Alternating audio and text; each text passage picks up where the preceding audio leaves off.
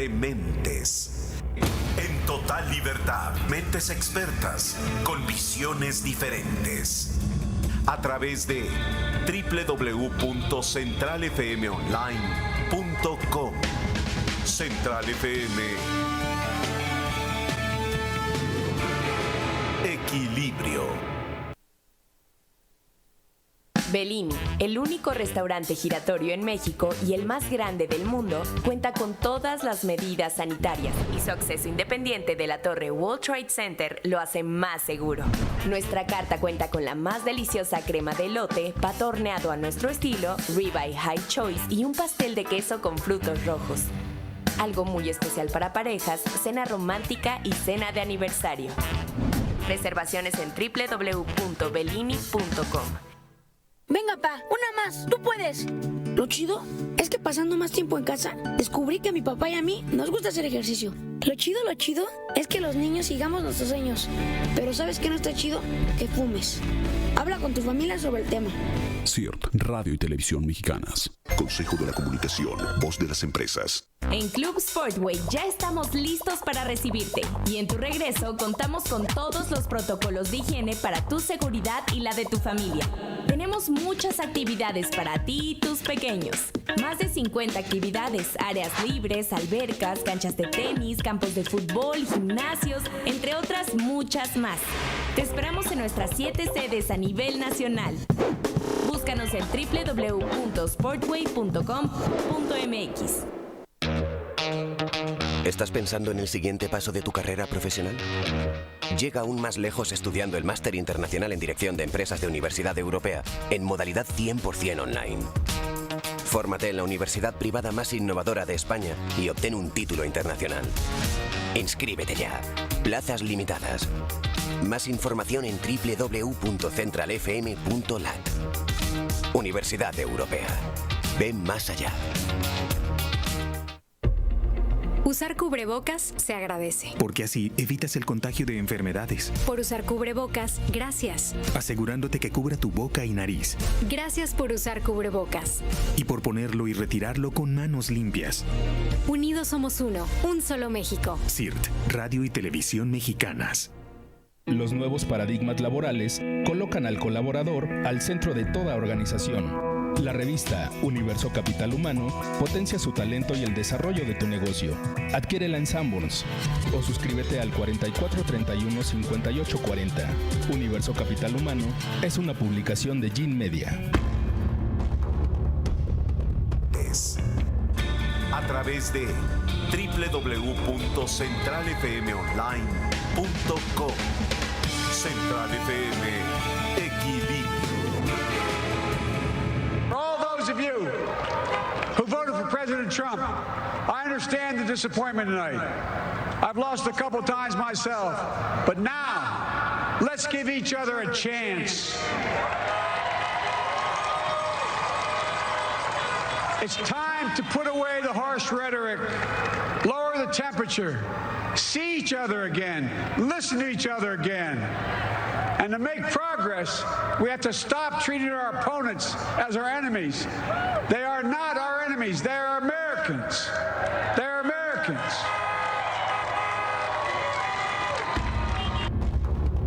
Y con este esfuerzo de conciliación empieza una nueva etapa, la era Biden, el 46º presidente de los Estados Unidos, que entra a la palestra política ahora en su calidad de presidente de los Estados Unidos en condiciones muy particulares. Pedro, ¿cómo estás, mijo? Buenas noches. Muchas gracias. ¿Qué mensaje más potente el que vemos de el que ya podemos decir que es el 46º presidente de los Estados Unidos? Un mensaje que dice, bueno, ya pasó lo que tenía que pasar. Entiendo que hay mucha gente que no votó por mí, pero es tiempo de dejar a un lado nuestras diferencias. Una retórica muy distinta, una retórica que Estados Unidos merecía, un momento de reflexión para todos los norteamericanos que después de un cuatroenio bastante turbulento, nuevamente parece ser que hay un interés mayor de regresar a los Estados Unidos, a ese lugar de hegemón que se tenía y que se perdió con el presidente número número 45. Entonces, una oportunidad, un aliento para todo el mundo que después de la elección de Trump, la de Bolsonaro, la de López Obrador, muchos movimientos que hubo en el mundo que definitivamente estábamos viviendo el mundo al revés. Ojalá y esto sea el principio de una recuperación política, económica y social. Así es, así lo esperamos. Y en este programa realmente pensábamos que en el fin de semana podría presentarse o haberse presentado un desenlace de lo que tenía al mundo en suspenso.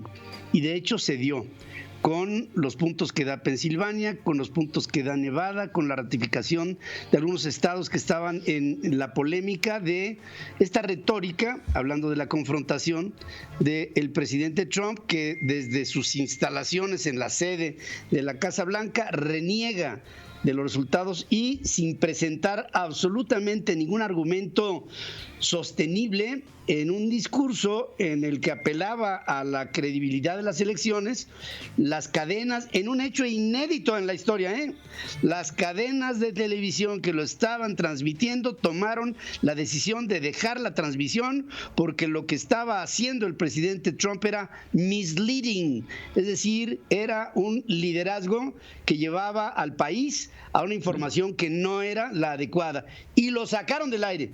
Sí, más que misleading, lying. Eran mentiras, totales mentiras. Y me quedé pensando, bajo esa perspectiva, ¿cuánto durarían las mañaneras? Sí, los medios de comunicación del buenos días no pasamos, pues ¿qué tienen de buenos? Bueno, entonces, bajo esa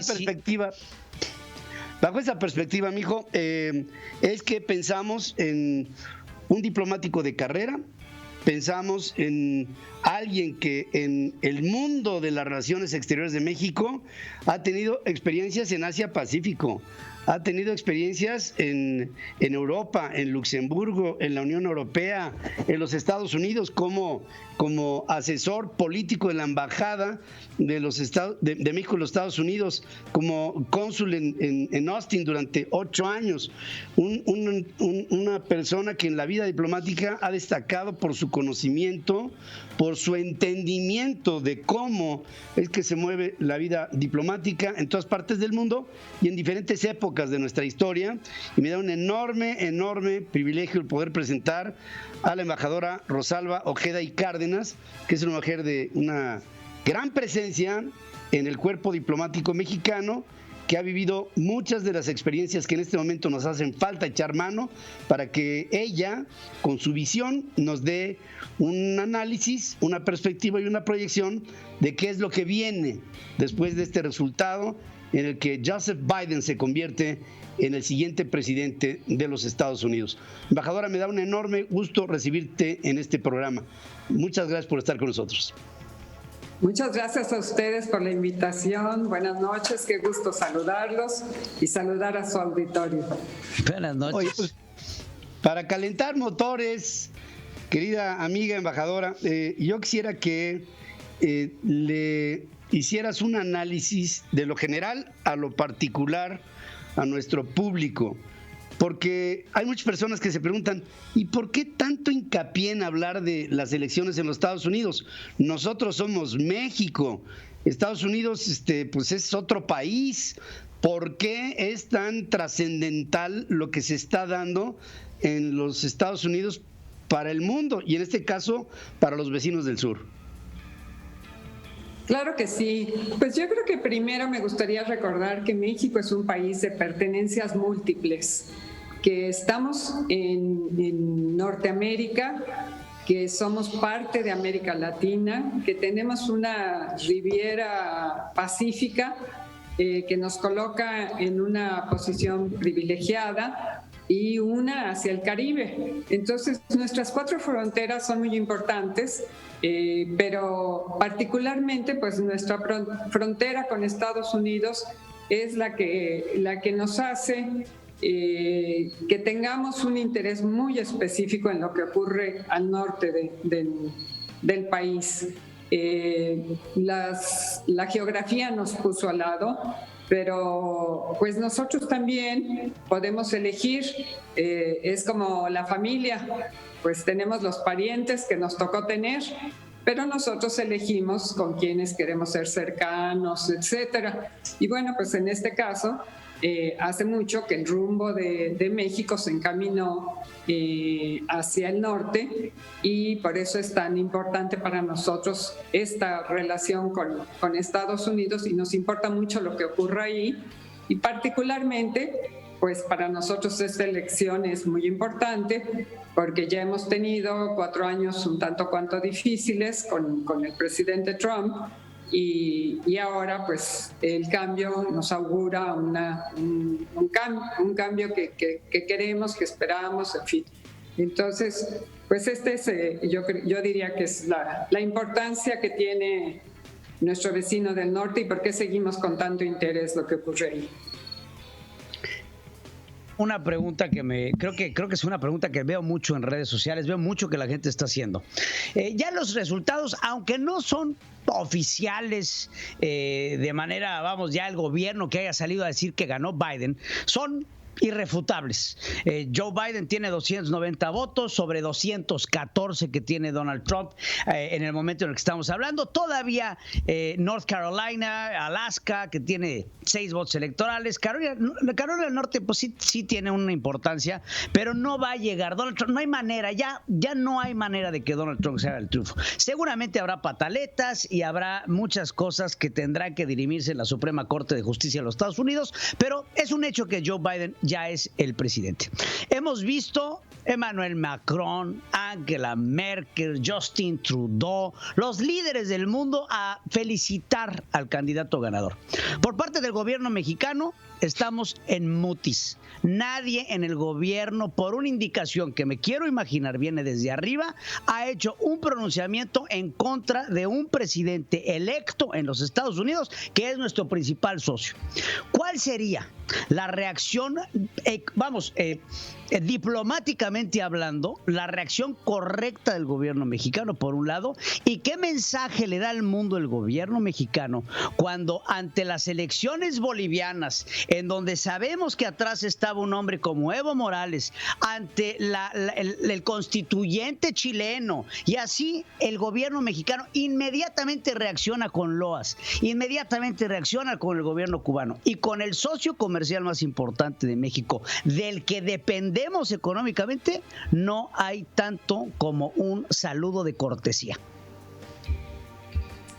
Pues mira, México tradicionalmente ha sido muy respetuoso de los mecanismos, etcétera. Y ahora tenemos una elección en Estados Unidos que se nos ha presentado muy compleja por lo propio complicado que es su sistema electoral, donde cada estado es autónomo, donde el secretario de Estado de cada estado de la Unión Americana es quien lleva las elecciones, todo el proceso y quien hace los pronunciamientos, etcétera.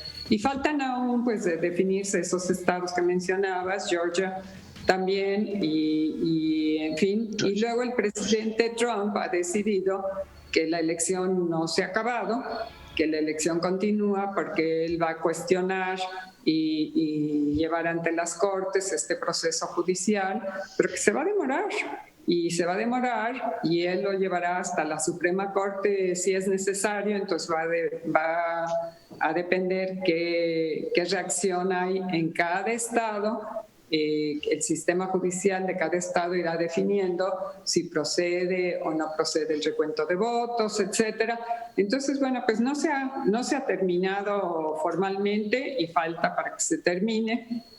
Quedan un par, por ejemplo, de senadores por definirse que se van a una segunda vuelta, que será el 5 de enero. Entonces, todavía no está todo concluido, pero bueno, pues ya matemáticamente, como decías, Pedro, es imposible que los números den para que llegue a alcanzar los que tiene Biden, y por eso pues ya se puede considerar que habemos presidente.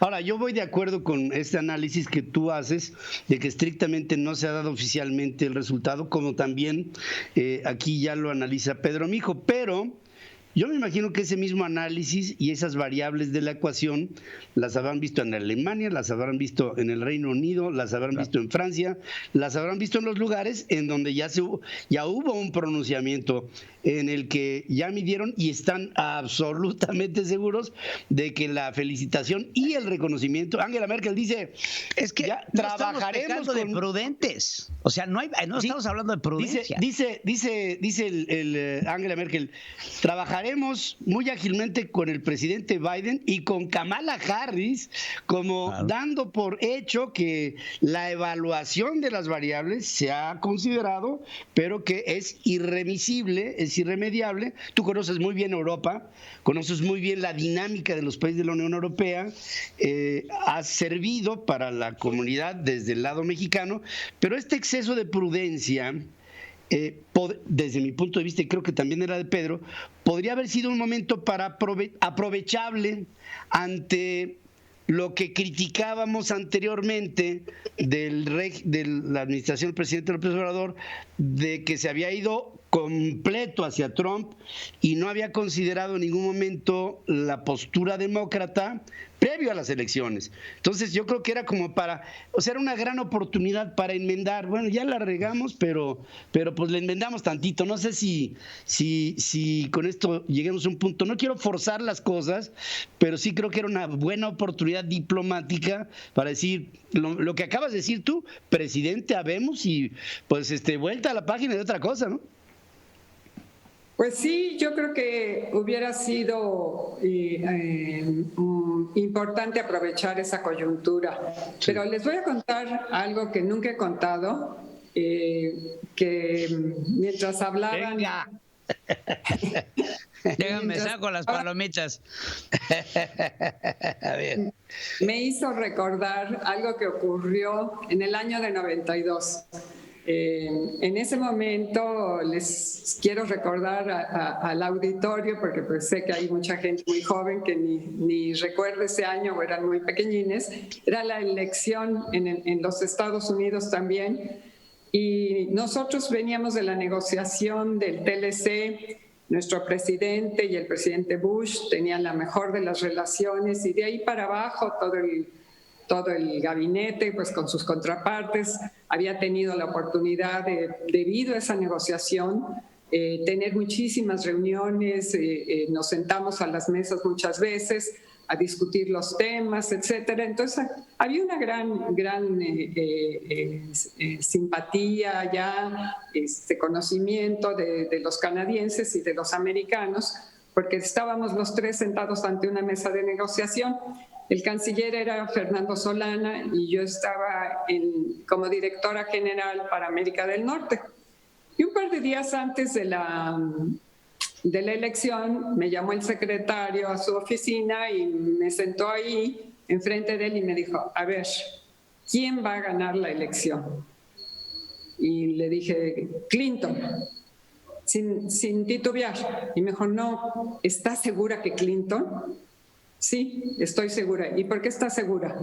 Pues porque toda América del Norte, no yo, todo el equipo de América del Norte, es lo que hacemos. Nos dedicamos a esto, a analizarlo, a verlo, a estudiarlo, y todos en la Dirección General para América del Norte, y aprovecho para saludar a todos los compañeros de aquella época, estamos convencidos de que va a ganar Clinton. ¿Y qué vamos a hacer?, me dijo el canciller. Dije, pues mira, yo te quiero contar que un buen amigo, Roger, me invitó a estar en la suite del presidente Bush en Houston la noche de la elección, y ya decliné la invitación porque pues, no le veo ningún caso. La relación con el presidente Bush, con el canciller Baker, con el secretario de Comercio, con Osbaje, está hecha, no tenemos ningún problema ahí. Pero también tengo un amigo que me invitó a estar en Little Rock, Arkansas, la noche de la elección. Y a mí me gustaría estar ahí. Y el canciller Solana, que era una persona muy inteligente, muy intuitiva, de decisiones muy rápidas y que comprendía todo muy rápido, me dijo, ¿estás segura que va a ganar? Sí. Ok, levantó el teléfono pidió que lo comunicaran con el cónsul de México en Dallas, el embajador Enrique Michel, y le dio una instrucción.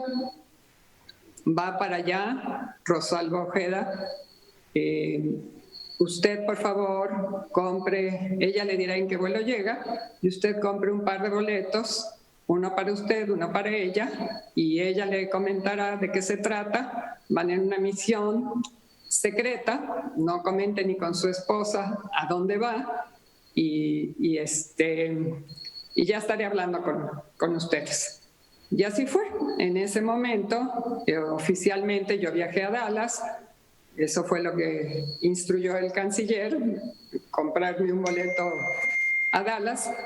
El embajador Michel compró 2 boletos para irnos a Little Rock. Nos encontramos en el aeropuerto de Dallas y continuamos, hicimos nuestra conexión y estuvimos ahí desde el día antes.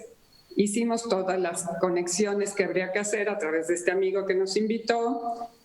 Eran el cuartel de los demócratas, donde estaban los grandes donadores de la campaña, que eso era lo que hacía mi amigo Maurice, el que me invitó, y él coordinaba todo este grupo y por eso me pudo invitar y por eso pudimos acceder a una habitación en ese hotel para el embajador y una para mí, porque era un grupo muy cerrado y tenían bloqueado para ellos. Y bueno, pues ahí tuvimos oportunidad de convivir con todo el equipo del presidente Clinton. Estaba Tripp, la esposa de Al Gore, con nosotros todo el tiempo, tomando un café, conversando.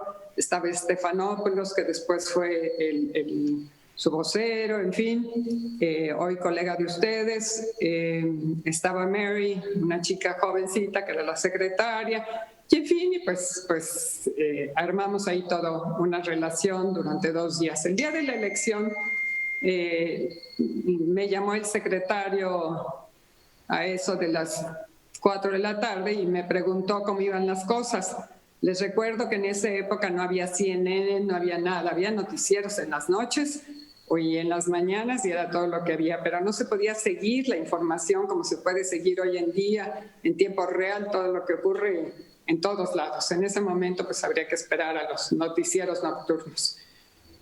Y yo le comenté pues que ya prácticamente le podía decir que Clinton habría ganado, porque ahí en el cuartel estaba lleno de monitores, estado por estado, y pues estábamos viendo este estado y este estado y este estado y este, cómo iban cayendo los votos y cómo se iban armando el número de votos electorales que se requerían. El canciller me dijo que a las 6 de la tarde tenían una reunión del gabinete con el presidente y que él me llamaría unos minutos antes para que le diera las últimas cifras. Y así fue. Cuando se las di, me comentó, ¿puedo asegurarle al presidente Carlos Salinas que Clinton será el presidente? Y le dije, ¿puedes? ¿Seguro? Seguro. Pues eso pasó y cuando en la reunión están conversando sobre el tema, el canciller pues saca su libretita que le caracterizaba, con la que siempre llevaba sus datos, y le da al presidente Salinas el recuento de votos y le dice, ya podemos decir en este momento que es el presidente Clinton, el ganador. Todavía está votando California, todavía no cierran allá, pero ya con los estados computados ya es ganador. Y entonces, bueno, pues el presidente Salinas dijo, hay que mandar a alguien a Little Rock en este momento. Y ahí el canciller le dijo, tengo a la directora general de América del Norte ahí y al cónsul general en Dallas, que le corresponde, su jurisdicción llega a Arkansas y le corresponde el lugar. Y entonces el presidente pidió una comunicación conmigo y me dio una misión. Y me dijo, y no me puede fallar en esta misión. Quiero ser el primer jefe de Estado en felicitar al presidente Clinton. No sé cómo le va a hacer, pero quiero ser el primer jefe de Estado. Y bueno, pues Eso fue lo que me dio, esa fue la instrucción que recibí y eso fue lo que hice. No les quiero contar. ¿Y se logró? Es decir, ¿y se logró? O sea, ¿lograste que Salinas fuera el primero en darle los parabienes? Pues mira, fue cardíaco, porque esa noche hacía un frío endemoniado en Little Rock, Arkansas, y solo había, porque era Little, solo había 4 hoteles en la ciudad donde estaban concentrados todos sus seguidores, y él fue a saludarlos a todos. En los ballrooms, en estos salones inmensos de fiestas, estaban todos esperándolo, y entrar y salir de ese lugar tan caliente, al frío, y otra vez, para cuando llegó al nuestro, que era el último, ya no tenía voz. Se había quedado afónico totalmente. Entonces, ese día no pude lograr la misión, no dormí, les cuento, pero a la mañana siguiente la logramos. El presidente Salinas fue el primero en felicitar a Clinton y eso tuvo un gran impacto en la relación. Y fuera de la relación, me acuerdo el berrinche que hizo Maggie Thatcher, que decía, pero ¿por qué le devuelven la llamada primero a México y no a Gran Bretaña si nosotros hemos tenido una relación muy cercana y privilegiada siempre? ¿Por qué México? Bueno, claro, es que ahí están, el diablo está en los detalles, embajadora, y ahorita lo está diciendo. Creo que este tipo de acciones diplomáticamente hablan mucho. Es cuando el México tiene que estar ahí en el lugar, en el momento adecuado. Como bien lo dices, quiero ser el primero en hablar, el primero en decir, máxime que México depende enteramente de esta relación bilateral que tiene con Estados Unidos.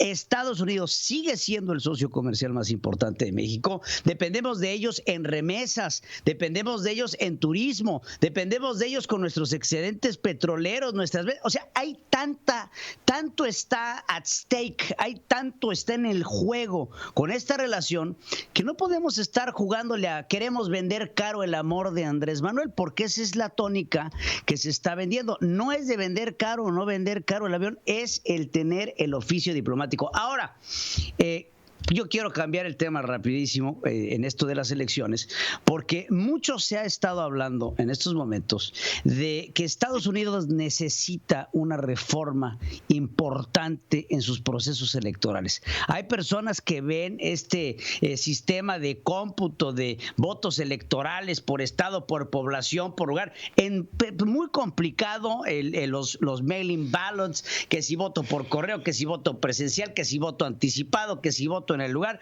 Mucho se ha hablado de tener que reestructurar un sistema electoral que es la bandera de la democracia a nivel mundial y que tiene un grado de complejidad tan grande y no un simple voto universal como lo hacen el resto de las democracias. Pues sí, ese es un tema que siempre ha estado en la discusión en Estados Unidos. Es muy complejo y además cada estado es libre de hacer como guste. Hay estados, como ya vimos en estos días en la televisión, que tienen máquinas que abren los votos por correo, que los van clasificando, etcétera. Hay otros donde se hace a mano, hay unos donde se pueden contar desde antes, no contar, perdón, se pueden clasificar, se pueden escanear, se pueden ir haciendo una serie de procesos. Hay otros en donde no se pueden tocar hasta que terminó la votación ese día. Hay otros donde se cuentan primero, hay otros donde se cuentan al final. Y yo creo que es muy difícil volver a poner a todos los estados de acuerdo para que le hagan de una sola manera, porque pues cada quien tiene su coto de acción y su pequeño momento de gloria para esperar o para decidir, en fin. Creo que es difícil y va a depender también, como se dice en la ópera, esto no ha terminado hasta que cante la mujer gorda. Pues de lo que ocurre en estos días con lo que el actual presidente decida hacer, de llevar esto a la Suprema Corte de la Nación, pero antes habrá de pasar por las Cortes los diferentes estados con sus diferentes reglas de juego. Y pues eso va a hacer que se influencie esta reforma tremendamente, ¿no? Y esta reforma pues ha sido muy difícil y tal vez sea muy difícil según la composición que tenga el Congreso de los Estados Unidos, que todavía no hemos terminado de ver cómo queda la Cámara de Senadores, por ejemplo, donde todavía no están definidos los números, están prácticamente empatados y no lo sabremos hasta enero que ocurran las segundas vueltas, ¿no? Yo quisiera, Rosalba, si me lo permiten, Pedro, volver a la anécdota, porque esa anécdota es una maravilla. Y me voy a basar en mi pregunta en el libro de John Bolton, de The Room Where It Happened. Dice John Bolton, que es un genio el tipo, dice que un presidente debe de llegar a gobernar basado en el conocimiento de las estructuras en las que descansa una presidencia. Es decir, un presidente no puede llegar a gobernar bajo ocurrencias, ni bajo caprichos, ni bajo sesgos. Un presidente llega a ver sus instituciones y a basarse en la experiencia de la estructura que sustenta a un sistema presidencial como el nuestro o como el de los Estados Unidos. Entonces vuelvo al planteamiento. Ya no es Solana, Rosalba, ya no es Salinas. Ahora es Marcelo y es Andrés Manuel López Obrador. Pero sigue subyacente el mismo valor de haber sido el primero en felicitar al presidente Biden, el presidente electo Biden, por lo que sea. Ahora, tú también viste en esta ocasión, ya en tu fuero, estamos aquí en una charla, en tu fuero interno, en tu experiencia. A lo mejor la gente va a decir, bueno, pero ahorita ya qué pasó. Tú hace una semana, ¿qué viste? Si te hubiera llegado el presidente López Obrador a preguntarte, embajadora, a ver, dígame usted, o no, Marcelo, embajadora, dígame usted es parte del cuerpo diplomático, usted ha sido asesora política, usted estudia, dígame usted quién va a ganar. ¿Cómo podemos asegurarnos en no equivocarnos? ¿Qué hubieras dicho? Mira, para empezar no me hubiera consultado porque ya estoy jubilada. No. Pero, no más, perdón, nadie te puede quitar la experiencia que tienes. Esa no te la quita nadie. Entonces, vuelvo otra vez a plantear la pregunta. Llega Marcelo y te dice, a ver, Rosalba, ¿quién va a ganar? ¿Qué hago? ¿Qué hubieras dicho?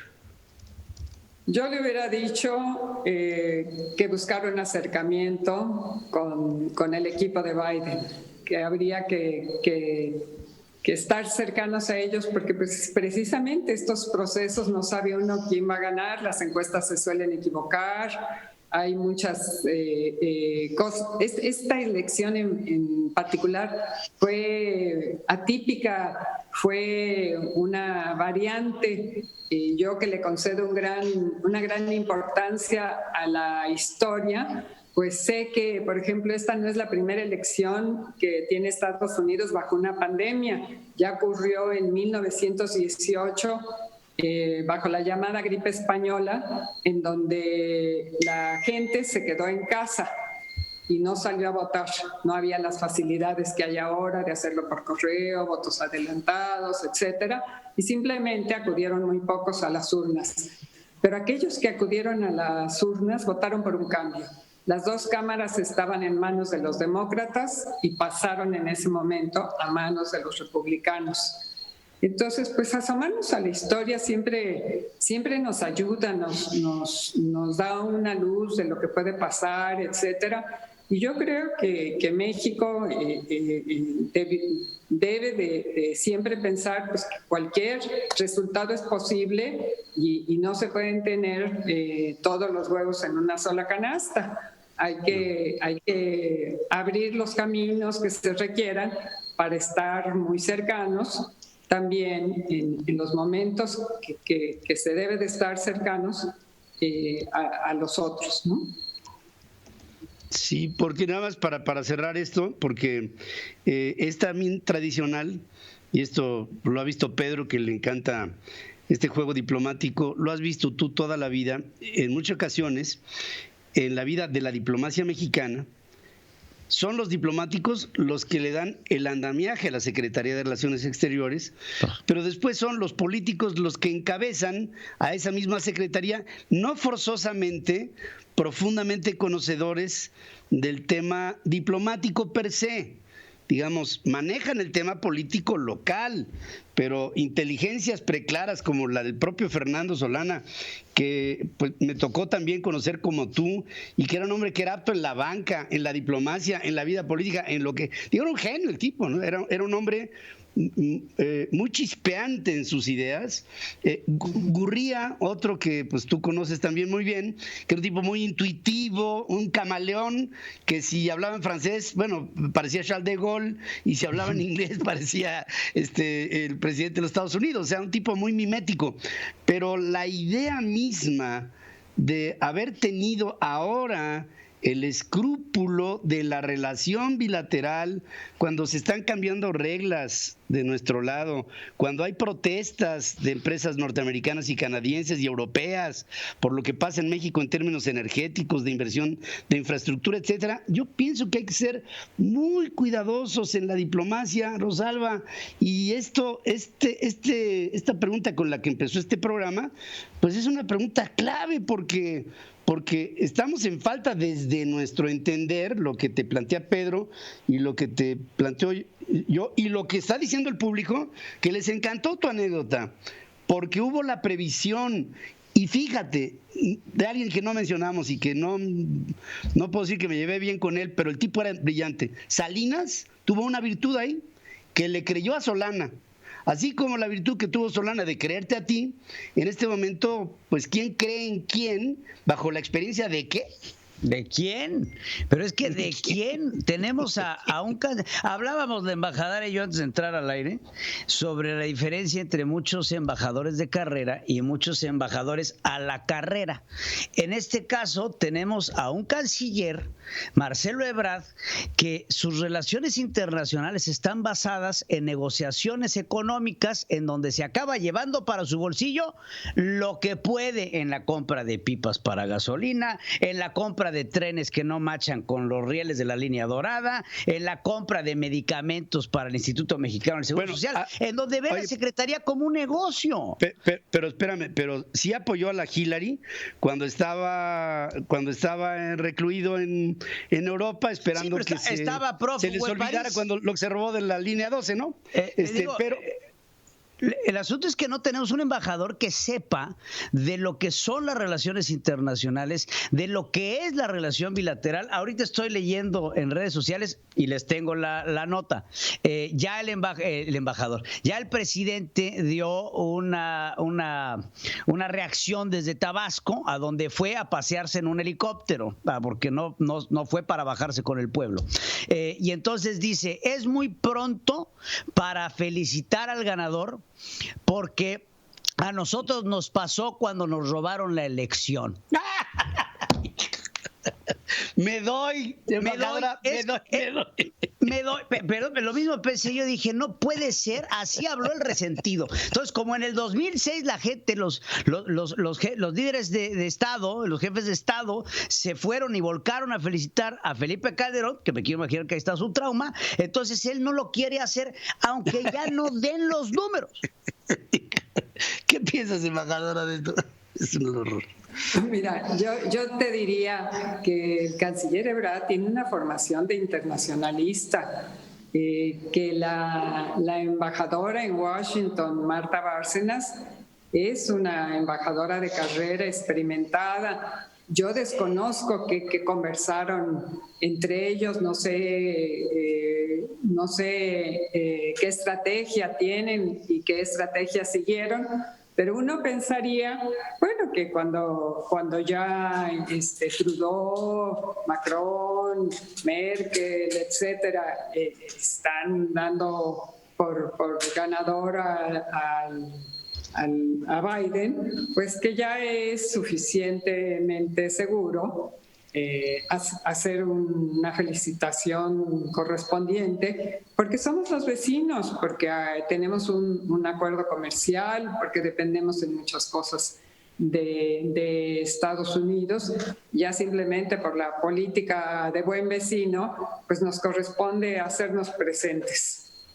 Sí, oye, yo ahorita que estabas hablando, estaba yo pensando, un hombre como el presidente Bush Jr., pues el primer viaje internacional que hace lo hace a San Francisco del Rincón, en aquella escena histórica de, mira mamá, el presidente Bush, y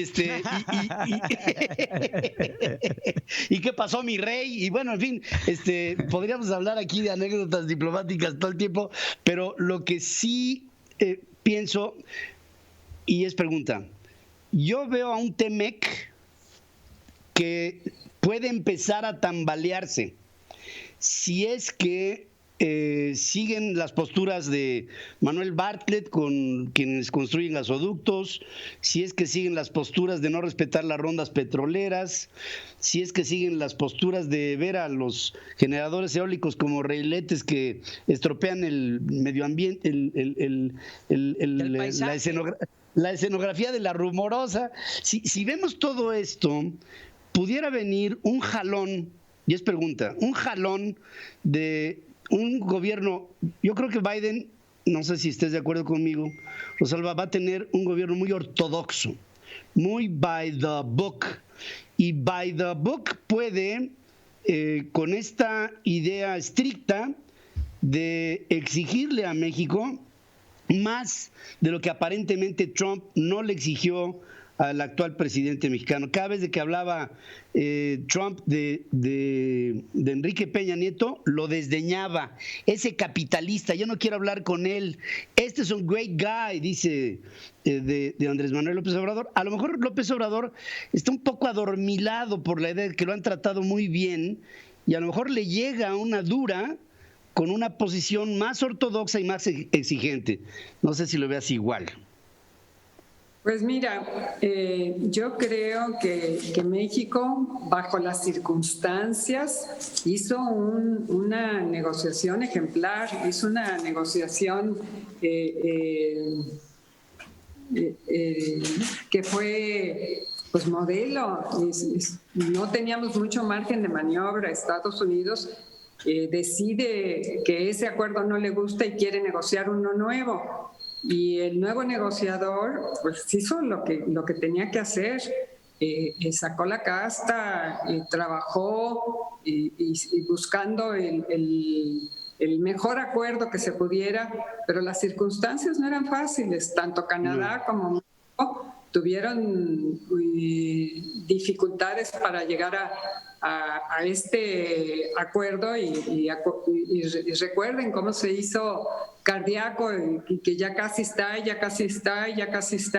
pues porque no sabemos, los que no estuvimos allá adentro, las condiciones tan difíciles que seguramente pasamos, no sabemos cómo se fueron aceptando todas las cláusulas que se imponían hasta hacer este acuerdo que definitivamente, pues el que propuso el cambio, que era quien tenía la sartén por el mango, pues salió claro, con la ventaja, ¿no? Pero yo creo que el equipo negociador mexicano fue de primera, fue de lujo.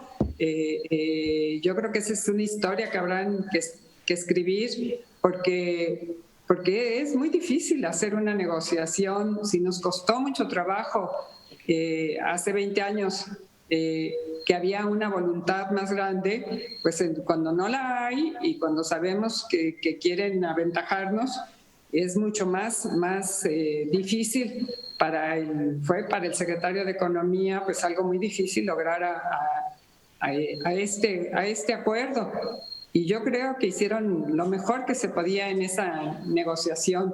Ese equipo negociador trabajó muy arduamente y lo logró. Ahora, si lo va a denunciar el presidente Biden, yo diría que no. Yo creo que así como el presidente Clinton se había opuesto en campaña al acuerdo, y bueno, para poderlo hacer suyo, porque también hay que pensar que durante las campañas se dicen muchas cosas que no necesariamente son las que se van a hacer, pues para hacerlo suyo exigió algunos cambios, ¿no? Pero bueno, Ildefonso Guajardo creo que es un estupendo funcionario que hizo una labor realmente que se le debe de reconocer como mexicanos, que espero que algún día leamos la historia de esa negociación, porque vale la pena pues, dejar un testimonio para ocasiones futuras. Yo creo que Biden buscará más que un acuerdo libre, un acuerdo que sea como con un comercio más justo. Y si para eso habrá que hacerle adecuaciones, pues ni modo, se harán. Pero creo que buscar una estrategia comercial mucho más justa. Definitivamente, bueno, ahora se abre una labor titánica por parte del electo presidente Biden. Estoy de acuerdo con usted, embajadora. La labor no solo de Ildefonso, sino de Jesús Seade y de muchos otros diplomáticos mexicanos y políticos mexicanos en torno a un tratado que nos fue obligado a renegociar, en donde si nos quedáramos con el NAFTA, México tenía mejores condiciones. México fue para abajo y las condiciones mejoraron para un gobierno que llegó a la presidencia con Donald Trump a renegociar no solamente el NAFTA, llegó a pelearse con China, llegó a pelearse con Canadá, llegó a pelearse con Europa, llegó a salirse de los acuerdos de París, llegó a romper el concepto de la aldea global, a pelearse con la OTAN, a pelearse con la ONU, a querer salirse de la Organización Mundial de la Salud. Si nosotros vemos todo el golpeteo internacional que hizo el presidente Donald Trump, es para asustarse, porque aparte de todo, Estados Unidos deja de ser el gran rey de las hegemonías y le tiene que dar ese papel a los chinos, a los rusos, que los tomaron sin ningún problema. Ahora Joe Biden tendrá que llegar a resentarse con el mundo, a buscar a sus otrora aliados, sentarse otra vez con Canadá, sentarse otra vez con México, sentarse otra vez con Alemania. Nada más hay que recordar las caras de los líderes internacionales cuando llegaba Trump a un recinto y lo veían con cara del patito feo, porque no era parte de ese grupo político. Ahora llega un Joe Biden que lo primero que tendrá que hacer es, si quiere recuperar el poderío, es reconciliar al mundo y volver a tener esa conciencia internacional que tenía Estados Unidos antes y después de Trump, que seguramente sería un parteaguas en la historia. Pues sí, mira, yo creo que ya pasó la época en donde estábamos a partir de un piñón, en que Solana y Baker se estimaban, en que Mosbacher, en que Jaime Serrapuche, en que Herminio Blanco, el negociador. Toda esa época fue mucho más sencilla que la de la era Trump. Yo veo un presidente Biden que será un presidente que va a aplicar la operación cicatriz con todos sus socios tradicionales, que se acercará nuevamente a la política multilateral, a las organizaciones que Estados Unidos ha abandonado en plena pandemia. Imagínense salirse de la Organización Mundial de la Salud, salirse de los organismos de la OTAN, abandonar a los europeos a su suerte, o reducir al mínimo su presencia. Se salió del acuerdo transpacífico. Sí, sí. La ONU no se ha salido, pero pues se ha bajado el nivel. Yo creo que todo eso se va a ir recomponiendo poco a poco, pero no perdamos de vista que Estados Unidos ante todo va a mirar internamente, porque lo que les importa al final del día es su bienestar, es buscar la inversión interna. Probablemente sea un presidente que invierta más en infraestructura, que urge en Estados Unidos, que invierta más en su propio país.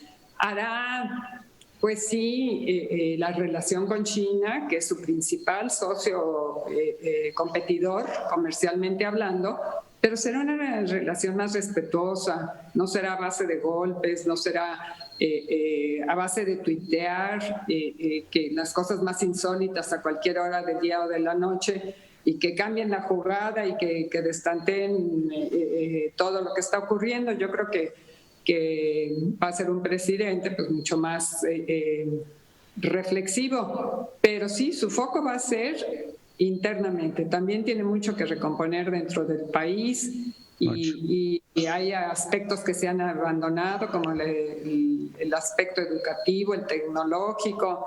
En fin, todo esto pues requiere que se le dedique más recursos a la innovación.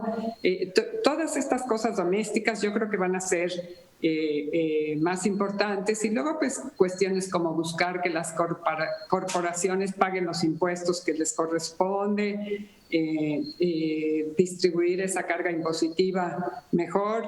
Yo creo que los tratados comerciales se verán más más que como libres, sino como justos. Y bueno, pues... Rosalba, nos quedan unos cuantos minutos, 5 minutos, pero yo no quiero terminar este programa sin una reflexión. Yo veo hacia adelante, luego de la pandemia, veo a un México con una economía paralizada, sin un plan de emergencia para sacar de la parálisis a los factores económicos. Veo un México con menos oferta de empleo, con la rotura de la cadena de pagos, con la rotura de la cadena de suministros.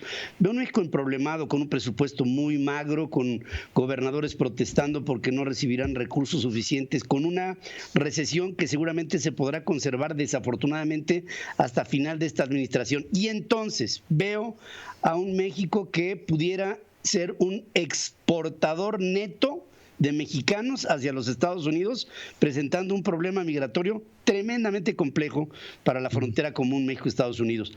Y esa parte creo que es digna de una reflexión final. Pues sí, mira, en la política migratoria de Trump, los analistas la calificaron como inmoral, como vergonzosa. Yo creo que a eso se le pondrá un alto.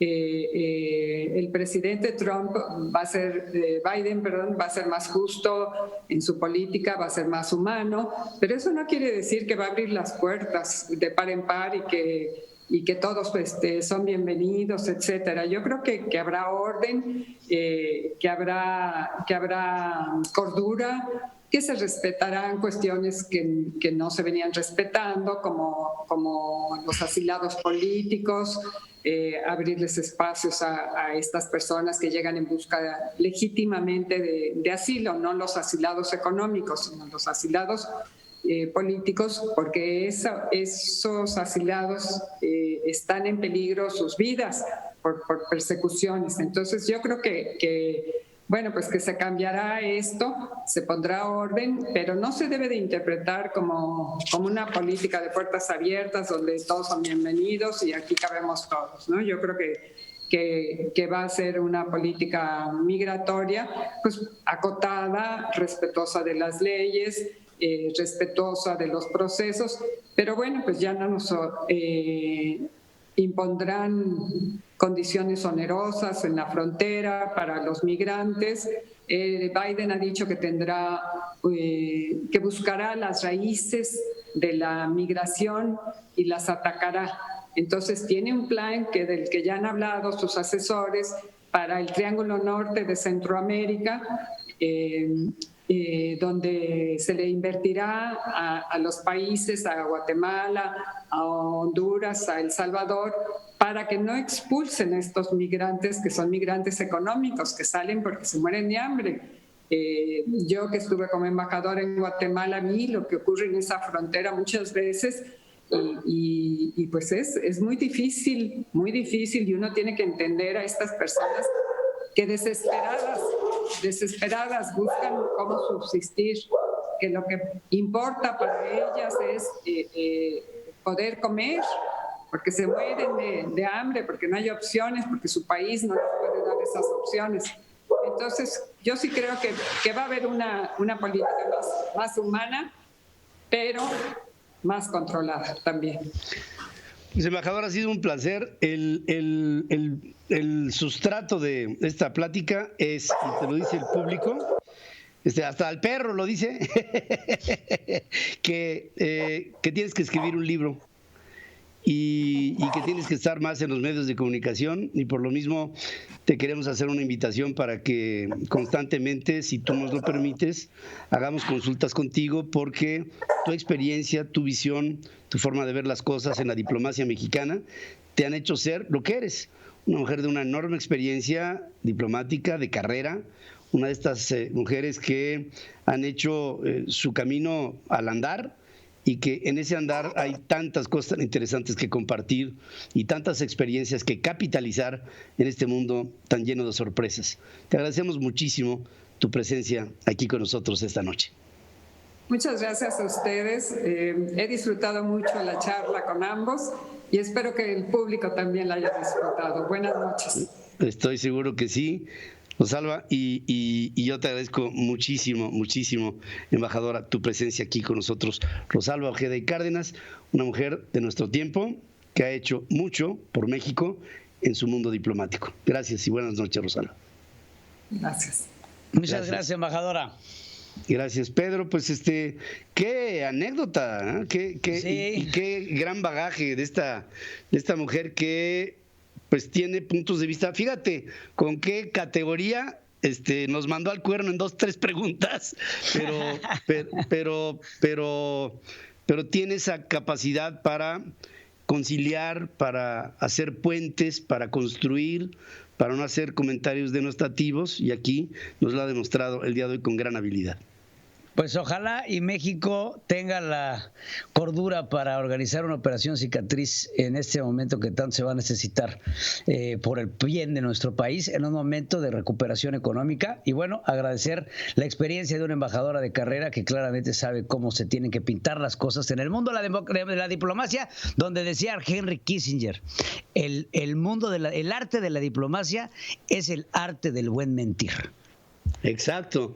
Y decía... Y qué importante es quedarse callado en su oportunidad y hablar con la misma oportunidad cuando es indispensable. Gracias, mi querido hijo, y gracias a nuestro querido auditorio por haber estado con nosotros en esta noche en un Entre Mentes que trata de acercar puntos para vivir mejor. Gracias a todos y buenas noches.